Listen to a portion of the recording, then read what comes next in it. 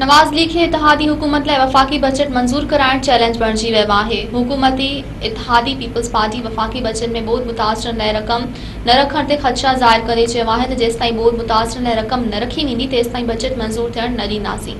Peoples party नवाज़ league में वफ़ाक़ी budget में ॿोॾि मुतासिरनि लाइ रक़म न रखण तां इख़्तिलाफ़ शुरू थी विया आहिनि।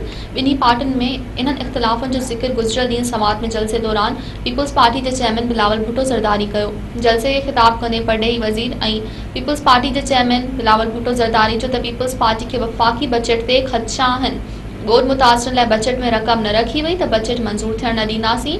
बिलावल भुट्टो ज़रदारी पंहिंजे ख़िताब में चयो त हिन खे वज़ीर आज़म जी नियत ते शक नाहे पर हिन जी टीम ॿोॾि मुतासिरनि सां कयल वाइदा पूरा करण में रुकावट बणियल आहे, जंहिंखां वज़ीर आज़म खे हिसाब वठणु घुरिजे।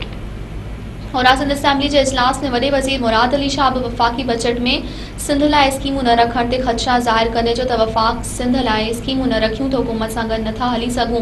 पीपल्स पार्टी जे अहिड़नि ख़दशनि खां पोइ नवाज़ लीग जी इतिहादी हुकूमत लाइ नए माली साल जी बजट मंज़ूर कराइण वॾो चैलेंज बणिजी वियो आहे। ॿिए तरफ़ वज़ीर आज़म शहबाज शरीफ़ पीपल्स पार्टी जा इख़्तिलाफ़ ख़त्म कराइण लाइ सुभाणे इजलास सॾाए वरितो आहे, जंहिं में परॾेही वज़ीर बिलावल भुट्टो ज़रदारी, वफ़ाक़ी वज़ीर अहसन इक़बाल, इसहाक़ डार ऐं ॿिया अॻवान शरीक थींदा।